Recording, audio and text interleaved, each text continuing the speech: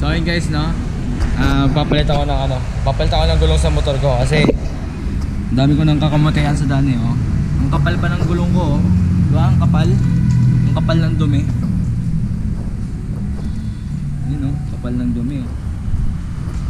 Kapal tayo na Diablo Rosso Pirelli. Kumita na kasi ako kaka-vlog ko. So ito na, pinas forward ko na, no? Magbibida-bida muna tayo kahit hindi natin alam gawin. Kailangan ko lang itong gawin kasi wala akong pampagawa.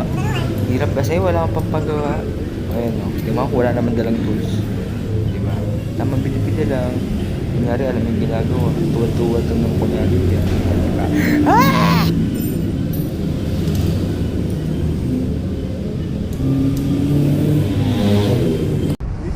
So ayun guys, na nakakalasan natin. Nagbida-bida ako, pinalitan na namin yung bearing. Ba't tinakpan mo kagad? Talaga to, walang mga matinong magawa tong mga to eh. Ayun o. Pantang ko muna bearing. So yun guys no, pinupukpok lang namin yan. Pupukpokin lang, kasi destroyer kami.